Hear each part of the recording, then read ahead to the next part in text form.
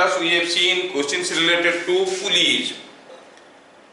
पुली के बारे में जो इम्पोर्टेंट पॉइंट्स थे वो क्या था, किस पुली को आइडियल पुली कहते हैं, कोई पुली को आइडियल पुली कब कहते हैं, व्हेन इट इज स्मूथ और massless. I loudly say or in because in most of the books and many teachers are saying it is smooth and massless. I insist upon or, it is not smooth and massless, it is smooth or massless. And when nothing is mentioned about a pulley, you assume it to be an ideal pulley. Secondly, in case of an ideal pulley, tension in the thread on either side of the pulley will be same. Then we started with solving pulley related numericals. Solving a pulley related numerical means there will be interconnected system, number of blocks are connected by threads, threads are passing over pulleys. What you have to find out is the acceleration of each block and tension in the thread. There are so many types of pulley numericals, we shall see them. All are not available in your book, but we shall see them all. The type 1 pulley क्या था? Type 1 pulley में ये था, अगर acceleration of each block along the thread is same, तो हम उसको type 1 pulley कहते हैं. और उसको सॉल्व करने का तरीका क्या देखे थे? टाइप 1 पुली में हम लोग क्या देखे थे, थोड़ा इसको याद कर लेते हैं. टाइप 1 पुली में हम लोग देखे थे, कौन सा केस था कि acceleration of each block along the thread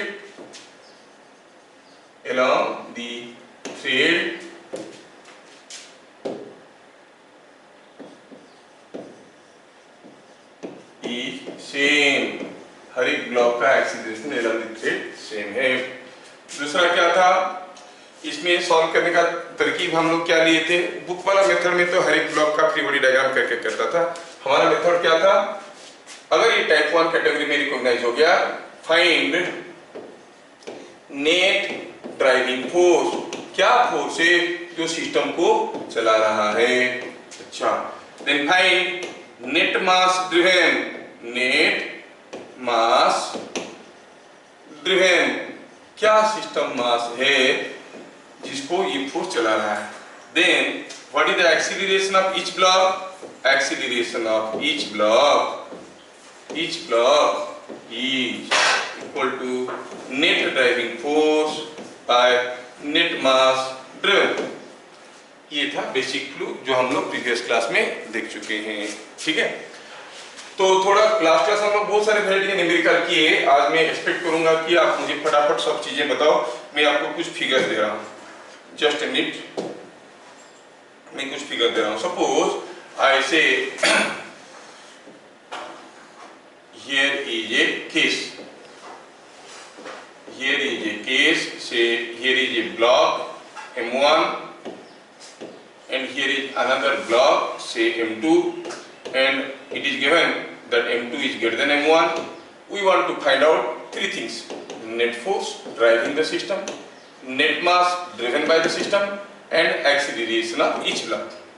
So for all these cases, these are all typical cases. For all these cases, let us try to find out. Second is an arrangement like this. Here is a mass M1. This will give rise to some formulae. तो ये M2 है, ये M1 है, और net force निकालना है. We have to find out net force.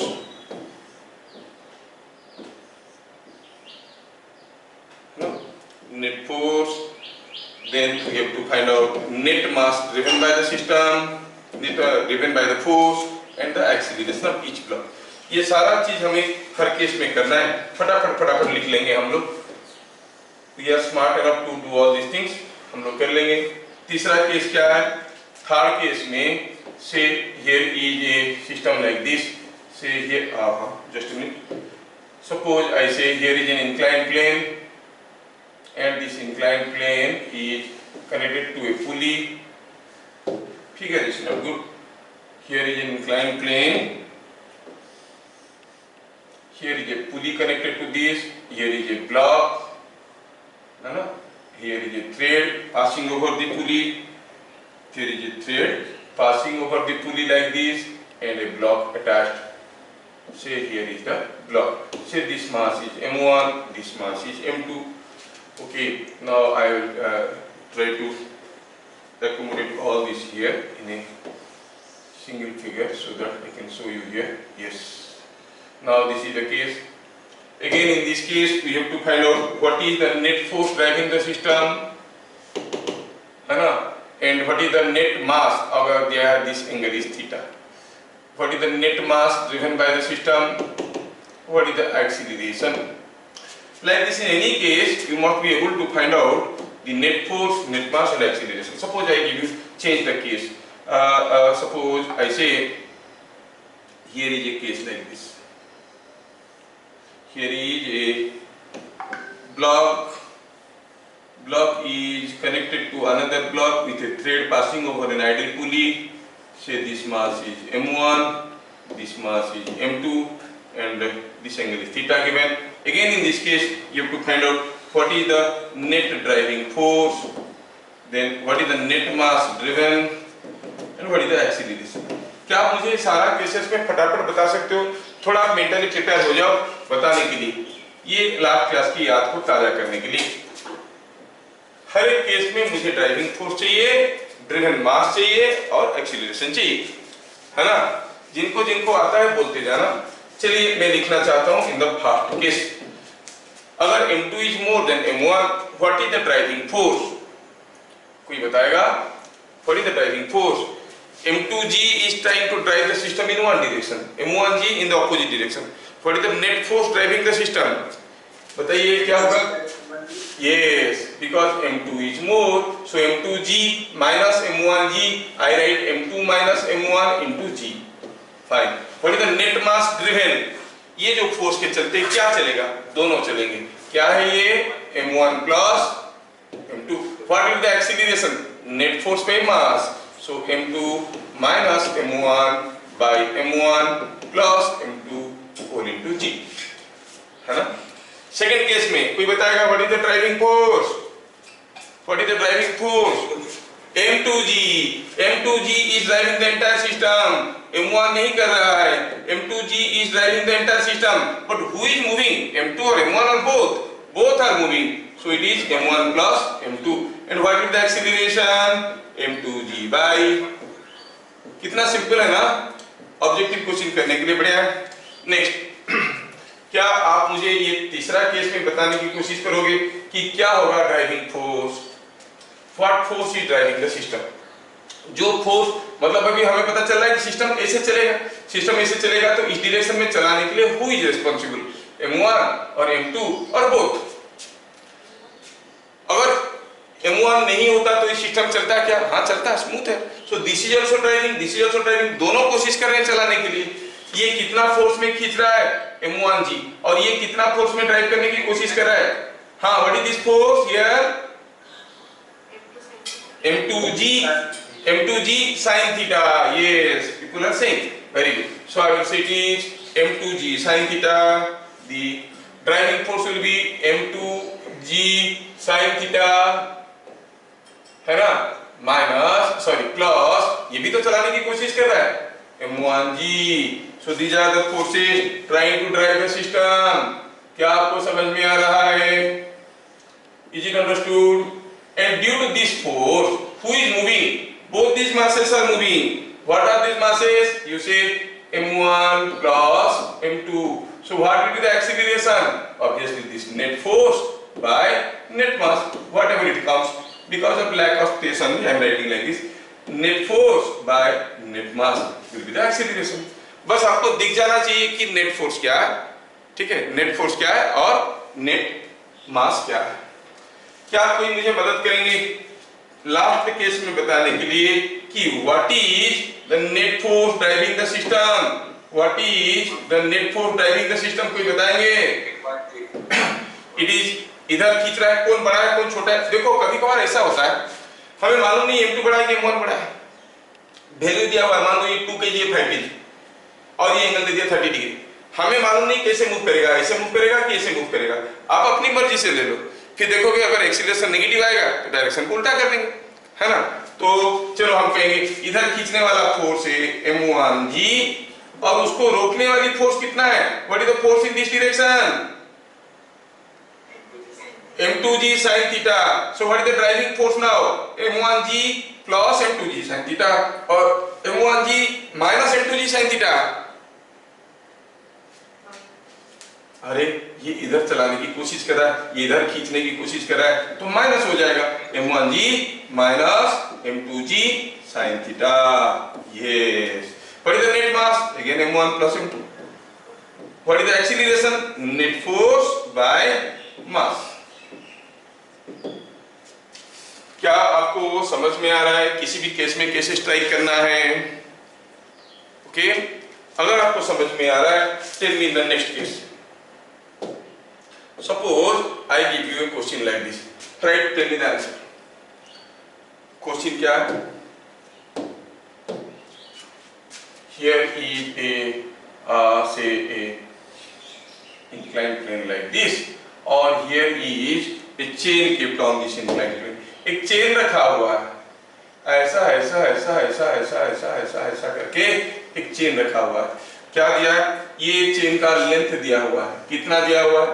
L/3, ठीक है, and this length is 2L/3. What I mean to say is total length of the chain is L and this angle is given theta. ठीक है, question क्या दिया है? Question दिया है in figure shown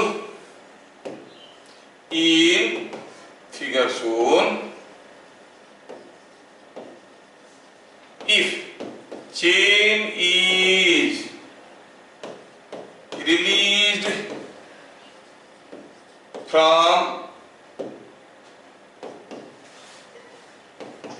the position shown, find initial acceleration of chain। Chain का initial acceleration बताइए, ऐसे पूछा गया है। अब पक्का ये चेन फिसलना शुरू करेगा। पूछा है चेन का इनिशियल एक्सीलरेशन क्या है, क्या चेन का हर पार्ट का एक्सीलरेशन बराबर होगा? हाँ होगा। ये तो as good as a type 1 pulley problem हो गया। हमें ड्राइविंग फोर्स निकालना है। So how we proceed?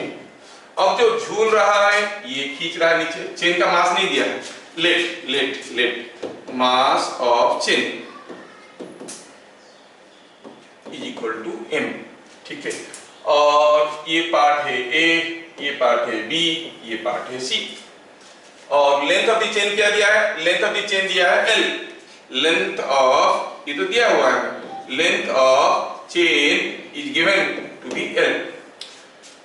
क्या मुझे कोई बताएगा what is the driving force? अच्छा, थोड़ा इसको ऐसे कर लेते हैं।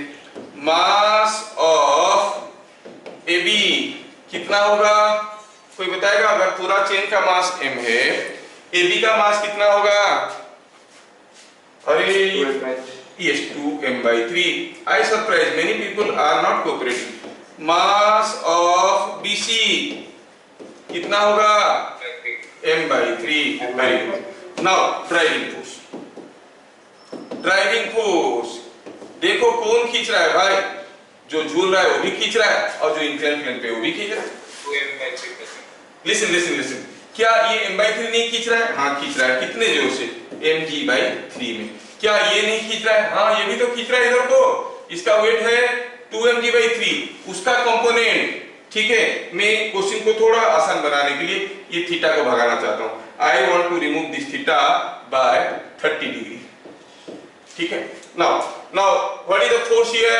इट इज 2mg/3 का कंपोनेंट अलोंग द प्लेन क्या होता है? 2mg/3 into sine 30।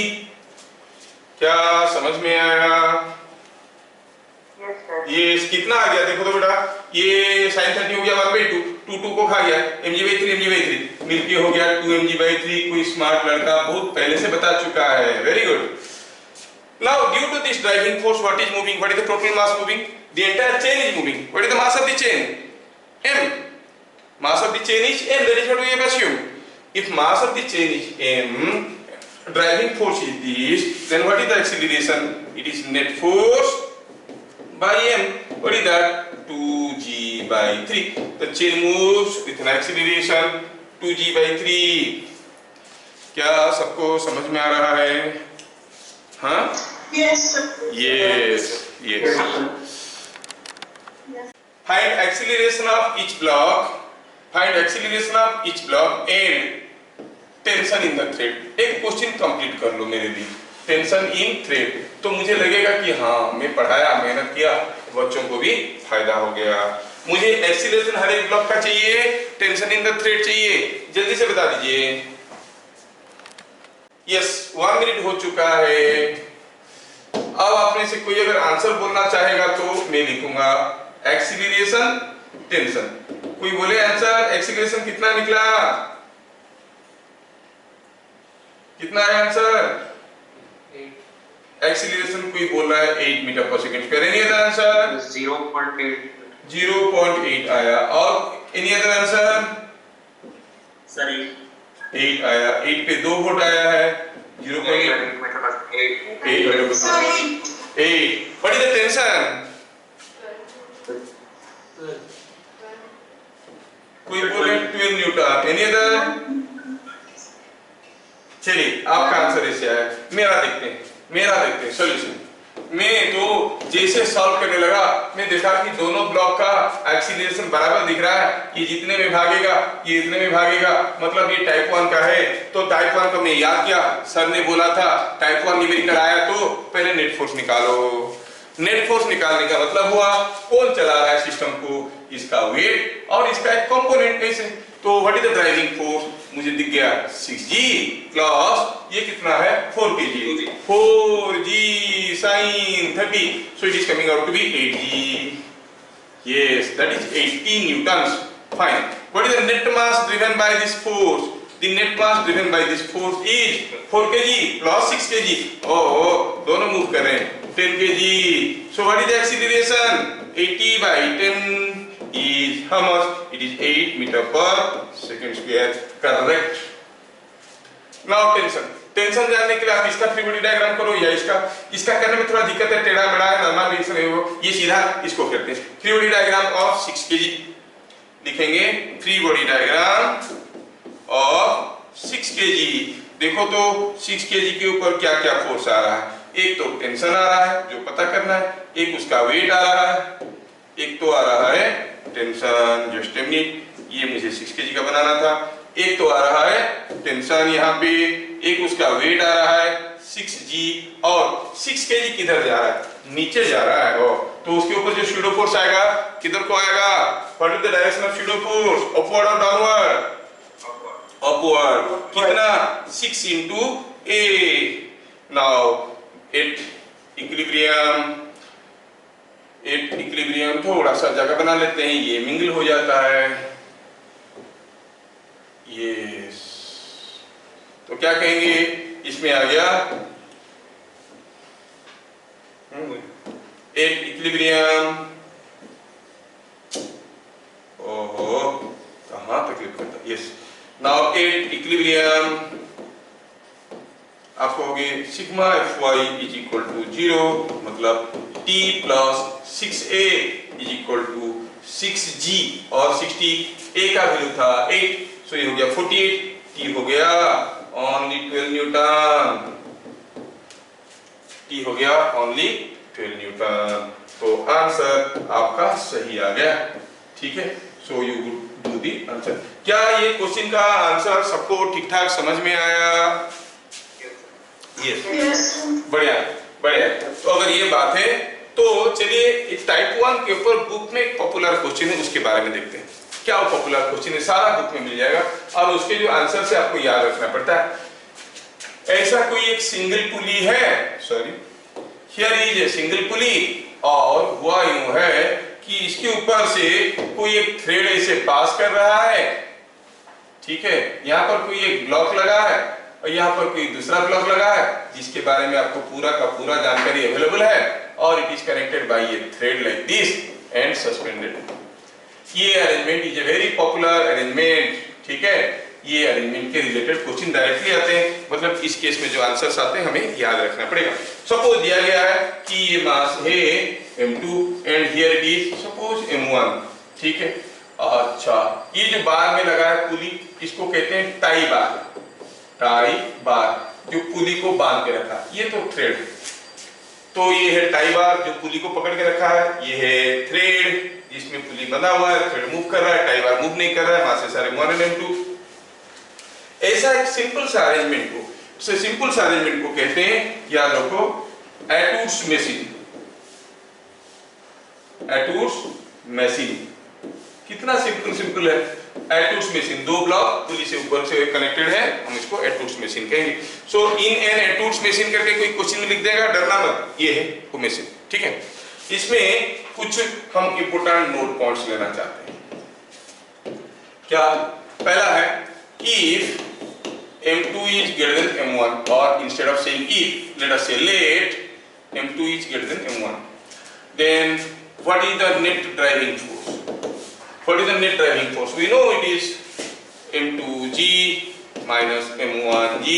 What is the net mass driven? You know this is a type 1 problem. All the masses are moving M1 and M2. So what will be the acceleration? It is M2 minus M1 by M1 plus M2. ये formula सबको मालूम है। और अगर हम tension निकालना चाहेंगे तो हम देख रहे हैं कि M2 बड़ा है तो M1 ऊपर जा रहा होगा, हम इसके फ्री बॉडी डायग्राम करेंगे। फ्री बॉडी डायग्राम करेंगे तो मिलेगा टेंशन।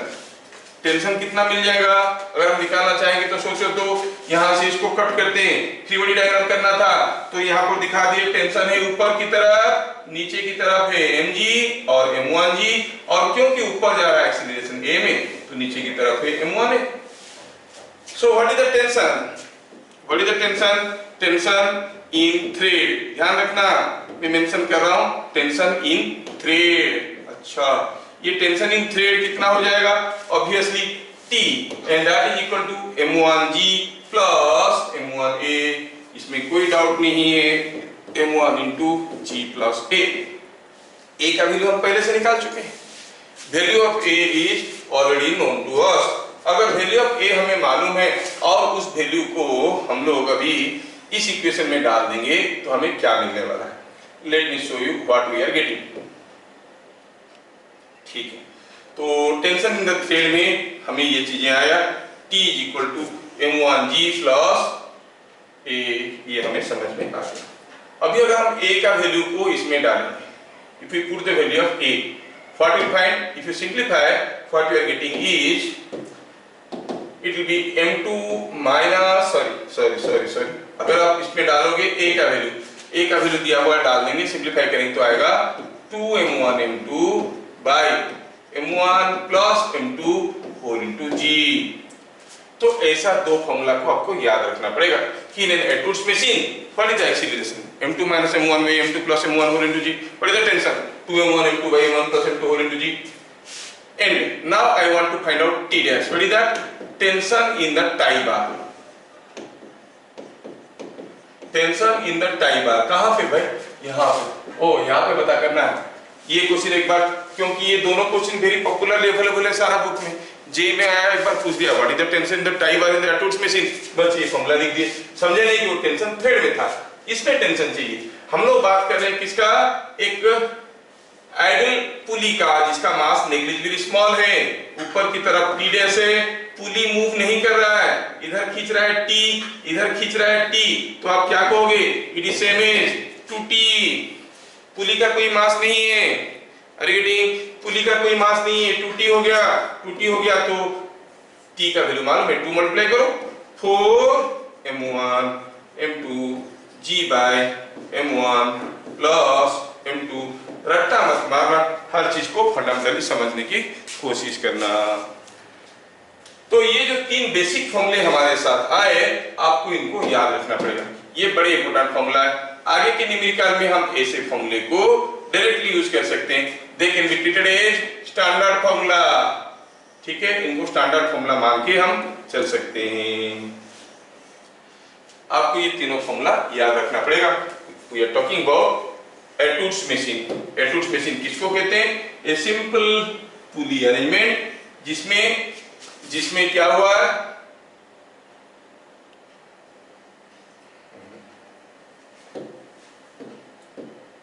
जिसमें हुआ यूं है कि two blocks are connected by a thread and the arrangement is allowed to move। ठीक है, ये बात है। ये एटवुड्स मशीन थोड़ा जबरदस्ती ले रहा है इधर उधर, तो इसको थोड़ा सेट कर देते हैं।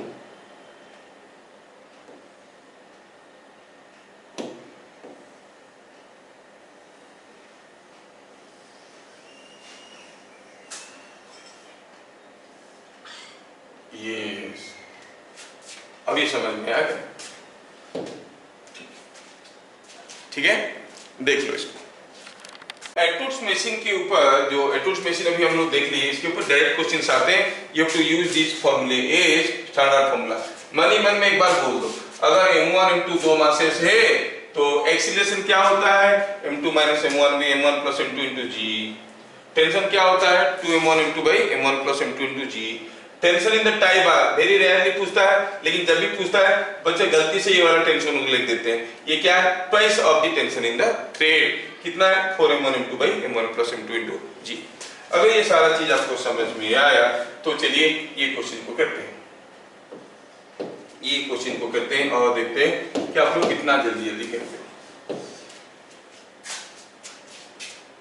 ये दिया है पुली है, इधर एक मास दिया है m1 और ये मास दिया है m2, ये दिया है ऐसा, तो ऐसा करके अरेंजमेंट दिया है। Referring to the figure shown, answer the following. ठीक है, bit number 1, if m1 is 2 kg, m2 is 4 kg, find acceleration of each mass and tension in thread. Direct formula application, tension in thread. Same figure है, हम लोग बहुत सारी चीजें भी इसके ऊपर करने वाले हैं। ठीक है, आज एटवुड्स मेशिंग के ऊपर जितने सारे वैरायटी के क्वेश्चन होते हैं सारे को हम लोग देख लेंगे। बुक में यही सबसे पॉपुलर है, मैं करने के लिए ढेर सारा पूरी प्रॉब्लम करवाया। तो late us go for the solutions. पूछा है एक्सीलरेशन, क्या फॉर्मूला है, याद है तो बोलो, m2 minus m1 by m2 plus m1 नहीं होल इंटू जी। तो हो गया 4 minus 2 by 4 plus 2 into g. कितना हो गया, 2 बाई 6 is g by 3 metre per second square. कितना सिंपल है। Tension 2m1 m2 by m1 plus m2, देखो मेरे को याद हो गया है, होल इंटू जी। कितना हुआ, 2 into 4 by 2 plus 4 into g. कितना आया, 16 by 6 is 8 by 3, it is 80 by 3 Newton. Yes, कितना सिंपल है। सो क्वेश्चन आपको याद रहा, इधर m1 है इधर m2 है। I go for the next question. Question number 2, bit number 2 में क्या पूछा है, if each mass is doubled। Basic question में m1 m2 है। if each mass is doubled, अगर हर एक मास डबल हो गया तो बताना ये है, then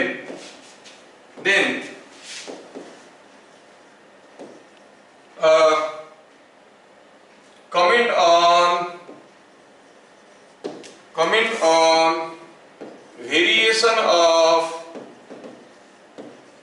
acceleration and tension। आपको क्या बताना है, हर एक मास को डबल कर देंगे, एक्सीलरेशन बढ़ेगा कि घटेगा, टेंशन बढ़ेगा कि घटेगा। देखो तो सॉल्यूशन लगाते हैं हम। सॉल्यूशन क्या था, एक्सीलरेशन सेम है। यस, क्योंकि एक्सीलरेशन था m2 minus m1 by m2 plus m1 4 into g. Second case में हर एक मास को डबल कर दिए, अब एक्सीलरेशन क्या हो जाएगा, 2m2 minus 2m1 2m2 minus 2m1 bye 2m2 plus 2m1। और ये 2 ऊपर नीचे से गया, it is same as a है कि नहीं, acceleration remain same. What about tension, 2m1 m2 by m1 plus m2 4 into g था। अब नया टेंशन क्या बन जाएगा, twice of 2m1 into 2m2 by 2m1 plus 2m2 4 into g। क्या हो जाएगा, देखो तो ऊपर एक्स्ट्रा 4 आ गया, नीचे एक 2 आ गया, 4/2 हो गया 2, मतलब T dash will be equal to 2T, the tension will be doubled, tension will be doubled, है ना, जबकि एक्सीलरेशन रिमेन सेम, एक्सीलरेशन में कोई बदलाव नहीं आया, जो एक्सीलरेशन था वही रहा। हर एक मास को डबल कर देंगे, ये सब क्वेश्चन आता है इसलिए मैं पूछ रहा हूँ, हर एक मास को डबल कर देंगे, एक्सीलरेशन जो था वही रहेगा लेकिन टेंशन बदल जाएगा। अच्छा ये बात है। तो चलो देखते हैं नेक्स्ट क्वेश्चन। नेक्स्ट क्वेश्चन में देखेंगे, if equal mass is added on each side, comment on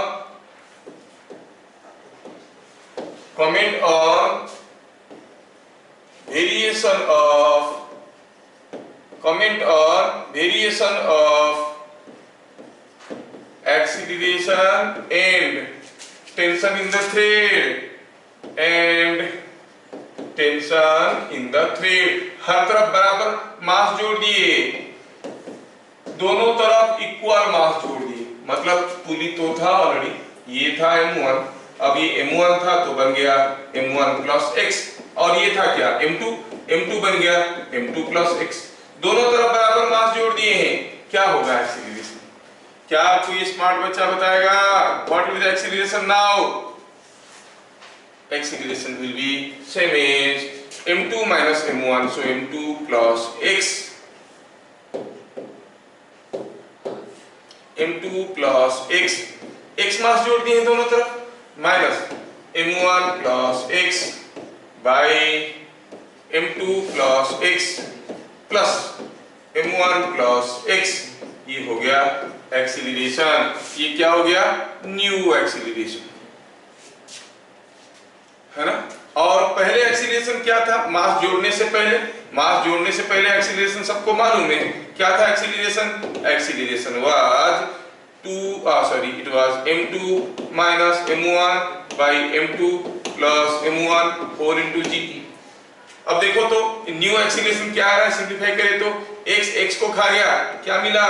m2 minus m1, नीचे वही m2 plus m1, burden additionally आ गया और 2x 4 into g, तो नया एक्सीलरेशन बढ़ जाएगा कि घट जाएगा? The acceleration will decrease. If equal mass is added on either side, acceleration will decrease. इतना इंटरेस्टिंग है, तो हम क्या कहेंगे? New acceleration will be less than the original acceleration a, ये घट जाएगा। What about tension? टेंशन देखो, फिलहाल हम एक्सीलरेशन देखते हैं, टेंशन को बाद में देख लेंगे, फिलहाल टेंशन नहीं देखते हैं, एक्सीलरेशन देखते हैं। वेरिएशन ऑफ एक्सीलरेशन, इसको भगाते हैं, ये तो छोटे छोटे कैलकुलेशन है, मैथमेटिकल जगलरी है, can do. Now let us go for beat number 3, beat number 4, ठीक है। क्वेश्चन इज, बीट नंबर 4 में, if one mass is double of other mass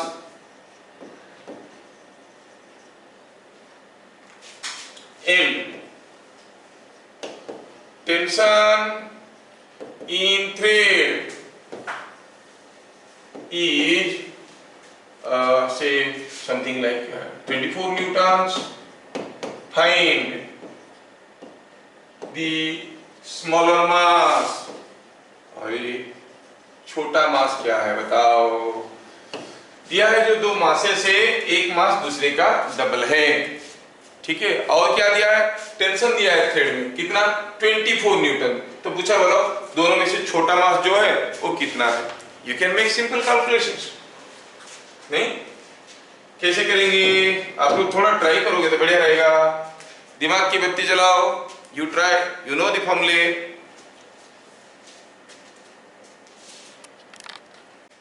solution देखते हैं। सॉल्यूशन में देखेंगे, late m1 is equal to m2 is equal to 2m, one mass is double of other, तो आपको सीधे सीधे बताना है एक्सीलरेशन क्या होता है? m2 minus m1 by m2 plus हो गया G/3। हाँ पता चल गया। अच्छा क्या पूछा है? टेंशन एक्सेस में पूछा नहीं था। अच्छा निकाल दिए, पूछा नहीं था। टेंशन क्या होता है? Tension is 2m1 into m2 by m1 m2 नहीं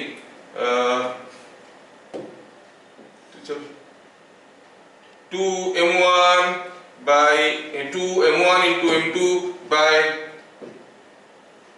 m1 plus m2 m1 plus m2 मतलब m plus 2m whole into g. कितना दिया है? 24 न्यूटन। तो छोटा मास कितना हुआ भाई? ऊपर हो गया 4m स्क्वायर, नीचे हो गया 3m। 4m/3 that is equal to 24 into ji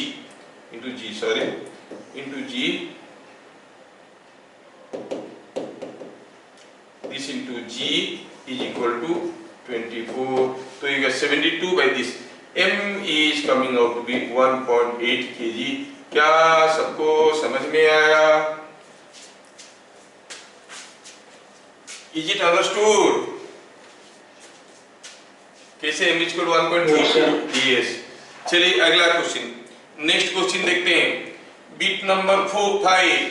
if m2 is very और very large as compared to m1, then what is tension in thread? एक मास दूसरे मास से काफी ज्यादा बड़ा है। मान लो 1000 किलो का है, दूसरा 50 ग्राम का है। ठीक है, what is the tension in the thread, इसे पूछा है। You must understand what is happening here. पहले हम लॉजिकली देखेंगे, फिर मैथमेटिकली देखेंगे। सपोज हम कहेंगे ये हो गया पुली। अब ये पुली में इधर घूम रहा है कोई छोटा सा मास, कॉल इट m, इधर कोई एक बड़ा सा मास। तो ये बड़ा सा मास को ऐसे ही खुले में गिरा देते, ये जितने जोर से गिरता, अब ये बंधा हुआ है, कोई फर्क तो नहीं पड़ेगा। क्या बता सकते हो ये मास अगर बहुत बड़ा है, what will be the acceleration? It is as good as कहीं बंधा नहीं है, छोड़ देंगे जैसे गिरेगा, अभी बंधा होने से भी उतनी जोर से गिरेगा, क्योंकि this mass is very small. What will be the acceleration of this acceleration will be g। तो ये कितना एक्सीलरेशन ऊपर जाएगा? g में। तो क्या होगा? Tension mg plus ma। नहीं, अगर हम कहेंगे ये छोटे मास के ऊपर क्या क्या फोर्सेस आ रहे हैं हम देखना चाहेंगे, तो कहेंगे एक तो आ रहा होगा mg और दूसरा आ रहा होगा ma। लेकिन a क्या है? a भी तो g है। तो what is the tension? Tension is coming out to be ma plus mg और a is also equal to g, so that way it is coming out to be 2mg। That means the tension does not depend upon the bigger mass, depends only on the smaller mass। समझ में आया क्या? क्या ये चीज में सबको समझा पाया ठीक से? ये अगर ऐसे समझ में नहीं आया और मजा नहीं आया, तो you can think with your traditional mathematical approach. Solution क्या कहता है? दिया है कि m2 is much greater than m1। इसका मतलब क्या है?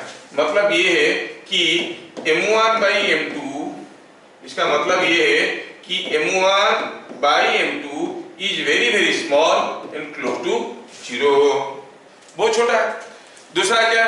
दूसरा मतलब ये है कि m1 plus m2 is roughly around equal to m2, क्योंकि 1000 kg एक 50 ग्राम।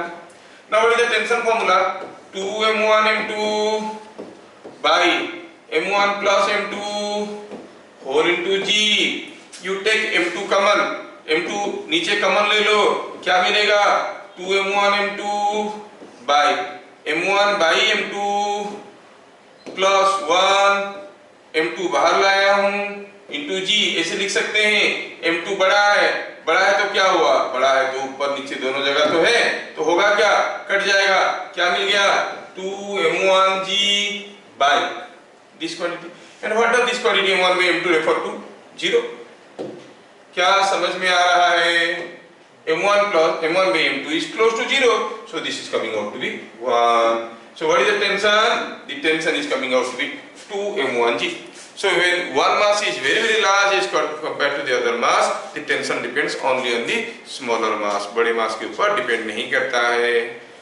क्या सबको समझ में आया? Yes sir। यस, ठीक है। चलिए अगला क्वेश्चन, नेक्स्ट क्वेश्चन देखते हैं। अब नेक्स्ट क्वेश्चन में एटूल मशीन के ऊपर रिलेटेड कुछ क्वेश्चन देखेंगे। Question number 2। अच्छा, क्या क्वेश्चन पूछा है? इन which of the following case, which of following case acceleration of blocks is more, कौन सा केस में? आपको दो केस दे रहा हूं। एक केस दिया है ऐसे, case 1, here is a pulley, here are blocks. चलो मानते हैं कि ये है आपका 2 kg और यहाँ पर मान लो ब्लॉक का मास है 3 kg और ये ऐसे लगा है। दूसरा केस है, here is a pulley, same arrangement is there, एक तरफ लगा है 2 kg, दूसरी तरफ लगा है 3 kg। Notice how I am trying to puzzle it. ये हो गया केस 1, ये हो गया केस 2। क्या डिफरेंस है? इस केस में नीचे और एक ब्लॉक लगा है 1 kg का, जबकि इस केस में नीचे कोई फोर्स लगा कि इसको खींच रहा है 10 न्यूटन का। अरे बेटी, एक केस में 1 kg का ब्लॉक लगा दी, दूसरे केस में ब्लॉक नहीं था तो 10 न्यूटन पे खींच ली। पूछा है कौन सा केस में ब्लॉक्स का एक्सीलरेशन ज्यादा होगा। ठीक है, let us think case 1, case 2 दोनों केस में से कौन सा केस में ब्लॉक का एक्सीलरेशन ज्यादा होगा। क्या ये सारा टाइप 1 कैटेगरी में आते हैं? देखो तो ये जितने में जाएगा, ये उतने में जाएगा, ये उतने में, हर कोई बराबर एक्सीलरेशन में जा रहा है। टाइप 1 कैटेगरी है। हाँ, तो क्या करना है? Net driving force by net mass driven, दोनों केस में करो, निकालो एक्सीलरेशन और देखो कौन सा केस में आपको लग रहा है कि ज्यादा एक्सीलरेशन होगा। Before you go for any calculation, क्या बता सकते हो दोनों केस में से कौन सा केस में ज्यादा एक्सीलरेशन होगा? केस 1, केस 2 और दोनों में बराबर होगा। क्या होगा? वो नहीं पाए। अब देखो, कुछ लोगों को लग रहा है कि सेम है। Let me try. हम ऐसे लिखेंगे सॉल्यूशन, थोड़ा ध्यान से देखो। मैं केस 1 के लिए लिखना चाहता हूं और केस 2 के लिए लिखना चाहता हूं। क्या लिखना चाहता हूं? नेट फोर्स ड्राइविंग, नेट मास ड्रिवन और एक्सीलरेशन। नेट फोर्स केस 1 में क्या है बताओ? इधर खींचने वाली फोर्स है 4g, इधर खींचने वाली है 2g। क्या आपको दिख रहा है कि ये 4g माइनस 2g है? हाँ सर, मतलब 40 माइनस 20 कितना है? 20 न्यूटन। अच्छा, ये बात है। चलो देखते हैं दूसरे केस में। In the second case what is the driving force? इधर ये खींच रहा है, वेट इसका 3g है, हम खींच रहे हैं 10 में, हो गया 40, रोकने वाला हो गया 20। इस केस में भी नेट फोर्स हो गया 40 minus 20 is equal to 20 newton. और driving force is coming out to be same in both the case. ओहो, चलो ठीक है, but that does not decide the acceleration. Acceleration depends upon the mass. What is the mass here? What is the mass driven? क्या मास चल रहा है? ये सारा मास चल रहा है। सारा मतलब 2 plus 3 plus 1 6 kg। इस केस में क्या मास चल रहे हैं? Only 2 and 3। 2 plus 3 is 5 kg। क्या समझ में आ रहा है? तो इस केस में एक्सीलरेशन हो जाएगा 20/6, इस केस में हो जाएगा 20/5 metre per second square, metre per second square. क्या आपको डिफरेंस समझ में आया? डिफरेंस समझ में आया क्या हर केस में? ये तो कौन सा केस में एक्सीलरेशन ज्यादा हुआ? केस 1 में कि केस 2 में? केस 2 में एक्सीलरेशन ज्यादा हो गया। वेरी गुड, तो आप लोगों को पकड़ में आया। Late us go for the next question number 3। Question number 3 आपको बताना है, अगर समझ में आ गया है तो ये केस आपको बताना है। ये है 2 kg का मास, हाँ, और ये है कोई 3 kg का मास, हाँ, इधर को कोई फोर्स खींच रहा है 10 न्यूटन में और इधर को कोई फोर्स खींच रहा है 20 और 30 न्यूटन में। दोनों केस में कुछ कुछ फोर्स इनको खींच रहे हैं। ये F1 है, ये F2 है। आपको क्लियरली देखना है कि सिस्टम चलेगा क्या। हाँ चलेगा, क्योंकि इधर कोई 20 न्यूटन और ये खींच रहा है 30 न्यूटन, मिलके हो गया 50। इधर है 3 kg 30 न्यूटन प्लस 10, हाँ ये हो गया 40, तो चलेगा। In figure shown find acceleration of each block and tension in the thread, tension in thread. क्या आप ये क्वेश्चन को कर सकते हो? इतना क्वेश्चन मैं करवा चुका हूं, आप पक्का कर पाओगे इसको? थोड़ा ट्राई करो।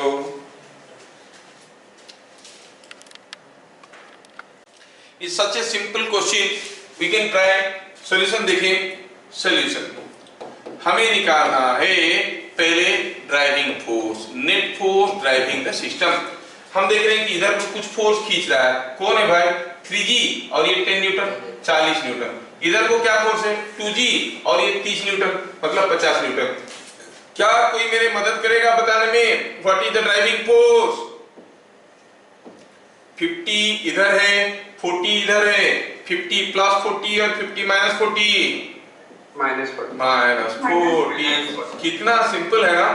और नेट मास, ये जो फोर्सेस के चलते मासेस क्या मूव करेंगे? 2 और 3। ओहो, 2 plus 3 is 5 kg। What will be the acceleration? 10/5। 10/5 is 2 metre per second square. And what is the tension? Tension क्या बड़ी चीज है, किसी एक का कर लो ना। चलो 2 kg का करते हैं। क्या कोई स्मार्ट मुझे बताएगा कि 2 kg के ऊपर how many external forces are acting? एक में दिखा दिया T। ये किसका है? Free body diagram of 2 kg। ठीक है, ये free body diagram of 2 kg। और क्या फोर्स है इसके ऊपर? वेट है, हाँ वेट है। और क्या है? हम खींच रहे हैं 30 न्यूटन में, ये भी है। और क्या है? Pseudo force.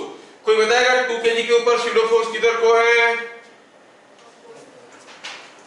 2 kg नीचे जा रहा है, इधर 50 न्यूटन है, 2 kg इज गोइंग डाउन, तो शूडो फोर्स ऊपर की तरफ है, कितना? T। तो हम क्या कहेंगे? 8 इक्विलिब्रियम, 8 इक्विलिब्रियम, 8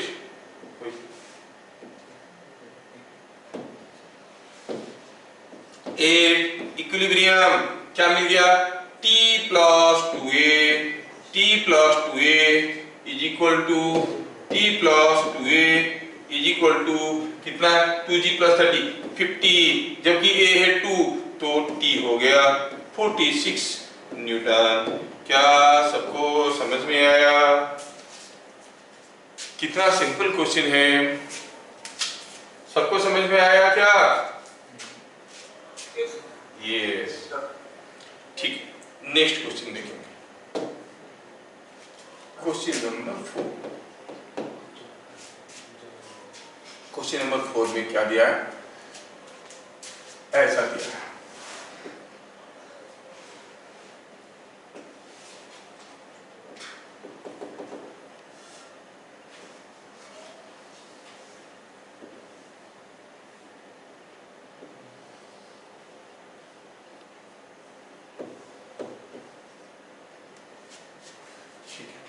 ये 2 kg। In arrangement shown, the 3 kg are the just a minute in, ठीक है, थोड़ा दूसरे तरीके से लिखेंगे। The blocks were allowed to move after 1 second. The 3 kg block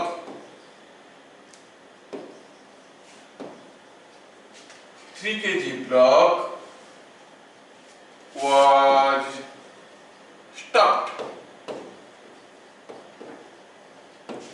Find maximum height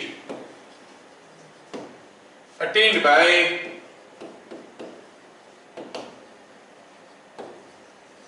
kg. Maximum height attained by 2 kg from its initial position. Initial position, अपना initial position से कितने ऊपर तक ये maximum कितना ऊपर तक ये जाएगा? कौन? 2 kg. I hope the question is understood. ये दोनों ब्लॉक को अलाउ किया गया मूव करने के लिए. 1 सेकंड के बाद 3 kg को रोक दिया, खड़ा ये आके रुक गया, तो 2 kg तो चलता रहेगा. 2 kg कितना ऊपर तक गया? What is the maximum height attend bye 2 kg? थोड़ा ध्यान से देखना, ठीक है? सोचो, इसको थोड़ा करो, कैसे करेंगे देखो. तो I can try to save your time, लेकिन थोड़ा आपके दिमाग की बत्ती जले तो अच्छा. Sir 1 metre. 1 मीटर पहला आंसर आया, देखते हैं. 1 मीटर दूसरा आंसर आया, बढ़िया है. Any other answer? Let me do it now. Now let me do it. Don't waste your time. Don't want to waste your time. See solution. You clearly see the acceleration of the arrangement is coming out to be 3 minus 2 by 3 plus 2 into g. We are smart enough to understand it is 2 meter per second square. Fine. Acceleration will be 2 meter per second square. After 1 second, जब तक ये 1 second में कितना दूर नीचे गया होगा? ये जितना नीचे जाएगा ये उतने ही ऊपर जाएगा. हाँ, तो 1 सेकंड में अगर हम ये 2 kg की बात करेंगे, डिस्टेंस. अच्छा, what is the velocity after 1 second? Let us right velocity after 1 second. Just a minute, ऐसे लिखते हैं. S1 distance moved by 2 kg in 1 second कितना होगा? ut plus half T square, half a t square. a तो है 2, half into 2 into 1 का square कितना हो गया? 1 metre. You are correct, but partially. 1 second के बाद इसके पास ये जो 2 kg ब्लॉक है उसके पास कुछ वेलोसिटी होगा. आप इसको रोक दिए हो, वो जो जा रहा था वो नहीं रुकेगा. जैसे पेन मेरे हाथ में, अगर मैं हाथ को ऊपर उठाया, पेन मेरे हाथ के साथ जा रहा है. 1 सेकंड के बाद अपना हाथ को रोक दूंगा तो पेन कुछ ऊपर कूद गया कि नहीं कूद गया? You see, suddenly when I stop my hand, the pen jumps to certain height. It was already moving with some velocity. The moment you stop 3 kg, 2 kg will not immediately stop. It will jump to certain height and fall down again. तो हमें देखना है कि what is the velocity of block? Velocity of block after 1 second कितना है? u plus at. u तो 0 है और a कितना था? 2 और t कितना है? 1. so 2 metre per second. अब जब हम 3 kg को रोक दिए तब इसके पास कुछ वेलोसिटी था 2 metre per second. Because of that velocity it will jump to some further height. ऐसे ऊपर जाएगा, जंप करके नीचे गिरेगा. और आपको याद होगा बचपन में कभी हम लोग पढ़े थे कि कोई चीज को अगर हम v वेलोसिटी में फेंके कितना ऊपर जाता है? What is the height move? याद है क्या? v स्क्वायर बाय 2g है कि नहीं? ये चीज हम लोग बचपन में पढ़े. तो हम कहेंगे s2 हाइट जंप, कितना ऊपर को ये जंप करेगा? Is equal to v square by 2g. What is v square by 2g? It is 2 का square by 2 into g. is 2 by g is 0.2 meter. So what is the total distance moved? What is the maximum height moved? s1 plus h है कि नहीं? कितना हो गया? 1.2 meter. The maximum height moved by the block is 1.2 meter. ऊंची yes, समझ में आ रहा? तो हम क्या कहेंगे? The maximum height moved is equal to 1.2 meter. ठीक है, तो maximum height move is 1.2 metre को थोड़ा इधर लिखें. Maximum height move by the block is 1.2 metre. अच्छा, ये सबको समझ में आया? क्या सबको ये चीज समझ में आ गया या कंफ्यूजन स्टिल देयर? क्या सबको समझ में आया है वाला? 10 maximum height attend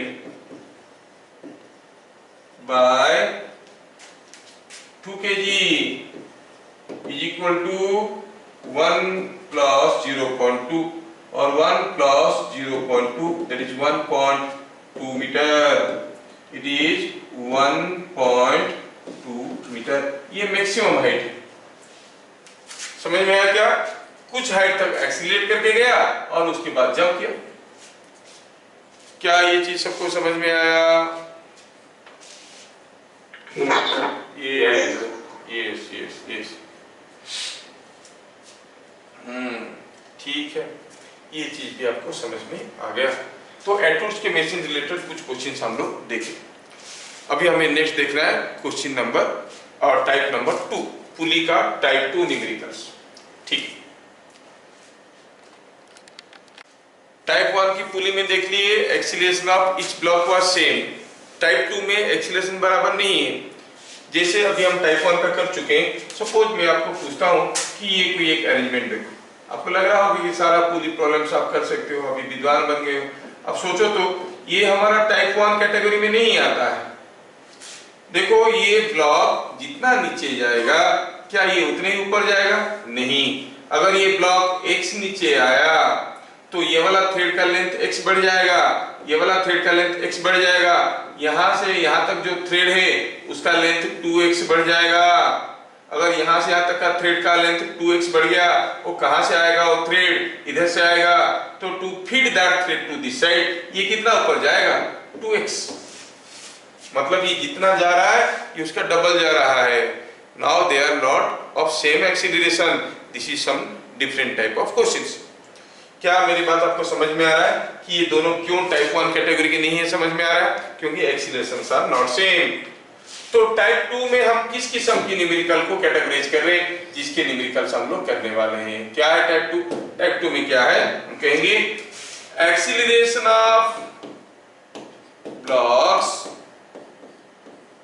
where a constant ratio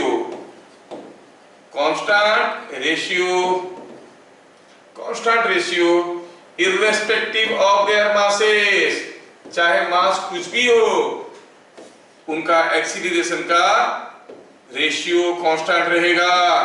that depends upon the thread arrangement. देखो ये 10 kg होगा, ये 2 kg होगा, तब भी इसका जो एक्सीलरेशन होगा ये डबल होगा। ये 20 होगा, ये 1 होगा, तब भी इसका जो एक्सीलरेशन होगा इसका एक्सीलरेशन डबल होगा। Acceleration ratio will be same irrespective of the masses. मान लो कि ये हो गया 1 kg, ये हो गया 10 kg, ये नीचे जाएगा, 1 kg ऊपर जाएगा, लेकिन ये जितना जाएगा ये उसका डबल जाएगा। Ratio of accelerations will be always in 1:2 ratio which is independent of irrespective of the masses hanging here. ये हो गया टाइप 2 का न्यूमेरिकल। और ये टाइप 2 के न्यूमेरिकल में सबसे इंपॉर्टेंट पार्ट क्या होता है बताओ? पहले हमको रिकॉग्नाइज करना होता है what is the relation between accelerations. Explanation देना नहीं होता है, समझ में आना चाहिए कि इसका एक्सीलरेशन a हुआ तो इसका 2a होगा। और इसमें कोई शॉर्टकट नहीं है, आपको थ्री बॉडी डायग्राम और स्यूडो फोर्स और टेंशन लेके एक्सीलरेशन निकालना है, साइमल्टेनियस इक्वेशन डेवलप करके करना है। फिर टाइप 3, टाइप 4, टाइप 5 आएंगे, उसमें फिर से शॉर्टकट मिल जाएंगे। तो इसमें before I go for any explanation में सीधे सीधे क्वेश्चन करना चाहता हूं, आपको आइडिया पता चल जाएगा। Suppose I give U A case like this. दो अभी कर रहे थे। से here is a pulley, here is A block going like this, thread going like this, here is another block. हाँ, चलो मानते हैं कि यहाँ पर एक ब्लॉक है, चलो मानते हैं कि ये 6 kg है और ये मान लो 2 kg है और ये अरेंजमेंट से झूल रहा है। हमें पूछा गया है what is acceleration. Now you can not do driving force with driven mass, it is not type 1। Remember, गलती से टाइप 1 वाला फॉर्मूला लगा दिए, जो चीज मिलेगा उसको अंडा कहते हैं। ठीक है, तो ध्यान से रखना। इसमें अभी क्या करना है, एक चीज समझना है कि दोनों ब्लॉक का भी एक्सीलरेशन बराबर नहीं होगा। फिर तो क्या होगा, सपोज कहेंगे कि 6 kg नीचे जा रहा है एक्सीलरेशन ए में। सर आपको कैसे पता चला नीचे जा रहा है? हो सकता है ऊपर जा रहा होगा। क्या बड़ा मास होने से नीचे जाएगा जरूरी है? नहीं, ठीक है, later we shall make that a separate discussion. तो मान लो कि नीचे जा रहा है, हम जबरदस्ती ए को नीचे ले लिए, निकालेंगे, अगर नेगेटिव निकल गया तो कहेंगे ऊपर जाएगा, ठीक है, वैल्यू नेगेटिव निकल गया तो डायरेक्शन उल्टा कर देंगे। Let 6 kg is going down with an acceleration a. क्या आप मेरी मदद कर सकते हो? 2 kg ऊपर कितना एक्सीलरेशन में जाएगा? सोच लो, ये अगर 1 मीटर नीचे जाएगा तो ये थ्रेड का लेंथ 1 मीटर बढ़ेगा, ये थ्रेड का लेंथ 1 मीटर बढ़ेगा, तो ये पूरा थ्रेड का लेंथ 2 मीटर बढ़ेगा। कहां से थ्रेड आएगा? इधर से आएगा, मतलब ये कितना ऊपर जाएगा? 2 मीटर जाएगा। बस ये अगर आपको समझ में आ गया, फिर इस क्वेश्चन में कोई दम नहीं। ये समझ में आ गया तो कोई दम नहीं है। थोड़ा ध्यान से देख लेना। अब मैं क्या करूं, मुझे चाहिए टेंशन और एक्सीलरेशन।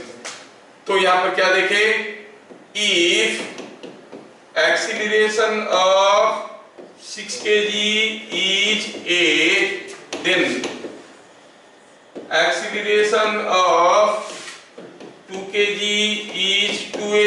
why, how explain करने की जरूरत नहीं है, लिखो, लोग जानते हैं, ठीक है।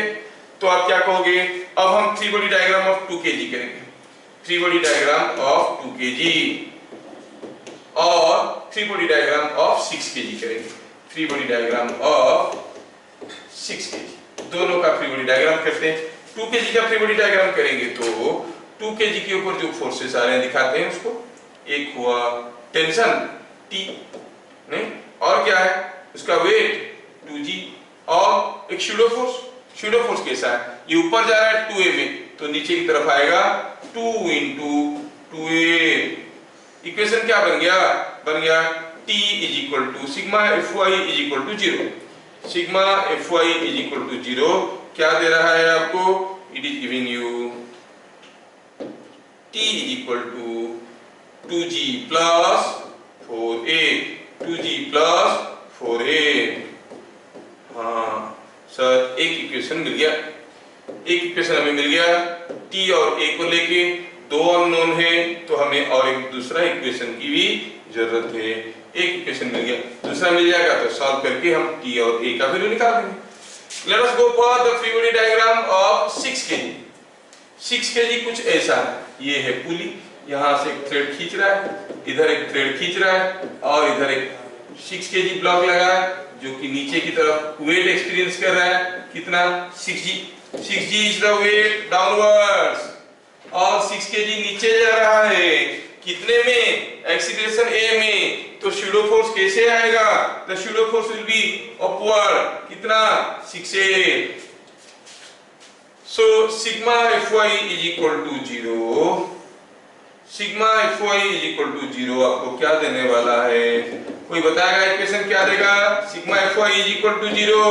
What is the equation coming out to be, t plus t, 2t plus 6a is equal to 6g। तो आपके पास आपकी जरूरत के दो इक्वेशन आ गए, t और a का। क्या आप इसको सॉल्व करके t और a नहीं निकाल सकते? बाकी की चीज में क्यों निकालूं, हमारा ऑब्जेक्टिव क्या था, t और a निकालना, ठीक है, t और a निकालना। तो आप लोग इसको t और a दोनों इक्वेशन को सॉल्व करके निकाल सकते हो, ठीक है। ये हुआ एक question. Through different types of questions only we will try to find out. ये क्वेश्चन को एग्जाम्पल लिए थे हम लोग। अच्छा, ये तो एग्जाम्पल था, इस वाज एन एग्जाम्पल। तो कोई एग्जाम्पल हम लोग ए से करके कंप्लीट किए। लेट अस सी वन मोर एग्जाम्पल। मैं आपको दूसरा एग्जाम्पल देता हूं, थोड़ा ध्यान से देखना। क्या, सपोज आई से हियर इज ए टेबल, ठीक है, और यहाँ पे कोई एक पुली लगा है, और हुआ यूं है कि यहाँ पे कोई मान लो कि एक ऐसा पुली लगा है, पुली के ऊपर से एक थ्रेड ऐसे जा रहा है, इधर से आ रहा है, इधर से पुली पे क्या हुआ, ऐसा थ्रेड बंधा हुआ है। Try to see what I am doing here. Here is another block, एक ब्लॉक इधर रखा है, जस्ट ट्राई टू अंडरस्टैंड। ये अरेंजमेंट। और इधर हुआ क्या, इधर भी एक ब्लॉक लग रहा है, से इट इज 4 kg एंड ये 4 kg का ब्लॉक है। चलो मानते हैं कि ये कुछ 2 kg का ब्लॉक है, ठीक, ऐसा ले लिए। और क्या दिया, दिया यूं है कि जो अरेंजमेंट आपको दिखा रहे हैं, इस अरेंजमेंट में पता ये करना है आपको, what is acceleration of each block and tension in the thread. क्या दिया है क्वेश्चन में, ऐसा दिया है कि ये जो ब्लॉक है इसका दिया है एक्सीलरेशन ए दिया है। सपोज पूछा क्या, in figure shown find a, क्या दिया है फिगर में, a is the acceleration of this one, ठीक है। पूछा है what is a the acceleration of 4 kg block. तो हमें क्या करना है, हमें टी और ए निकालने वाली बात है, हमें 2 इक्वेशन चाहिए, हम दोनों इक्वेशन निकाल के छोड़ देंगे क्योंकि आगे का कैलकुलेशन सिंपल है। पहला काम क्या है, अगर इसका एक्सीलरेशन ए है, गेस करो और बताओ 2 kg का एक्सीलरेशन क्या है। What is acceleration of 2 kg, what is acceleration of 2 kg। सोचो अगर 2 kg आगे जा रहा है भाई ये डिस्टेंस x, तो ये यहां से यहां तक का जो थ्रेड है वो कितना छोटा पड़ जाएगा, यहां से यहां तक का जो थ्रेड है कितना छोटा पड़ जाएगा, ये घट जाएगा, ये घट जाएगा x, ये घट जाएगा x, तो पूरा थ्रेड छोटा पड़ जाएगा 2x। कहां जाएगा वो थ्रेड 2x, वो इधर को पिछड़ के आ जाएगा, मतलब ब्लॉक कितना नीचे जाएगा 2x। जब ये जाता है x, ये जाता है 2x, ये एनालिसिस आपको करना पड़ेगा। जब ये जाता है x, ये जाता है 2x, मतलब इसका जो एक्सीलरेशन होगा इसका डबल इसका होगा। अगर इसका a है तो एक्सीलरेशन ऑफ 2 kg क्या होगा, a/2। क्या सबको समझ में आया, इज इट अंडरस्टूड, यस। देखो थोड़ा सा लॉजिक लगने लगा है, तो क्या लिखेंगे हम लोग सॉल्यूशन में, here acceleration of 4 kg is equal to a, acceleration of 2 kg is a/2। हाँ, तो हमें 2 इक्वेशन चाहिए, कैसे करें, 3 बॉडी डायग्राम 4 kg का बनाओ। 4 kg का 3 बॉडी डायग्राम बनाएंगे तो कैसा होगा, चलो देखते हैं। 4 kg का 3 बॉडी डायग्राम में E है 4 kg, ऊपर की तरफ टेंशन, नीचे की तरफ वेट, और क्या है, ये जा रहा है नीचे, एक्सीलरेशन A में फिगर में दिखाया, तो शैडो फोर्स ऊपर की तरफ क्या मिल गया, sigma Fy is equal to 0, T plus 4A is equal to 4G। क्या यहाँ तक पहुंचने में किसी को कोई तकलीफ हुआ, नहीं, ये समझ में आ गया है कि नहीं। Now let us go for the 3 body diagram of 2 kg। तो चलो लिखते हैं 3 body diagram of 2 kg। 3 body diagram of 2 kg हमें बताना है, ठीक है। तो चलो 3 बॉडी डायग्राम, ये क्या हो गया, 3 body diagram of 2 kg। 2 kg को थोड़ा प्यार से देखो, ये है आपका 2 kg लगा है पुली के साथ। आप जानते हो यहाँ पे अगर टेंशन T है, टेंशन तो हर जगह बराबर होता है, तो मतलब इधर भी ये खींच रहा है T में, इधर भी ये खींच रहा है T में, और इसका वेट नॉर्मल रिएक्शन वगैरह होगा, और ये मूव कर रहा है a/2 में, तो शैडो फोर्स कितना आएगा, 2 × a/2। यस, चीजें मिल गया। Sigma Fx is equal to 0 क्या दे रहा है, 2T is equal to 2 × a/2 ma, तो 2 × a/2 that means 2T is equal to a। ये है दूसरा equation. Using this 2 equations you have to find out T and A। now it is no more a difficult job for you। समझ में आया कि नहीं आया। so when it is not type 1 but type 2, तो टाइप 2 को properly recognise करना बहुत जरूरी है, ठीक है। टाइप 2 को रिकॉग्नाइज करना बहुत जरूरी है। अगर इसका एक्सीलरेशन ए हुआ तो उसका क्या होगा, ऐसे हमें समझ में आना चाहिए। तो थोड़ा सा कंफ्यूज करने के लिए और आपका लेवल ऑफ अंडरस्टैंडिंग को समझने के लिए मैं आपको अभी एक क्वेश्चन दूंगा, ओनली 1 क्वेश्चन, और फिर क्लास को खत्म करेंगे। आपको बताना है इस केस में, मैं एक केस दे रहा हूं, here is A table, here is A block, here is A thread connected passing over a pulley, passing over another pulley here, here is another block and the arrangement is in front of you. ये है 2 kg, ये है 3 kg और पूछा गया है बताओ find acceleration of each block. बस एक क्वेश्चन बता दो तो मुझे लगेगा कि इतना मेहनत किया तो सब कुछ समझ में आ गया। What is the acceleration of each block?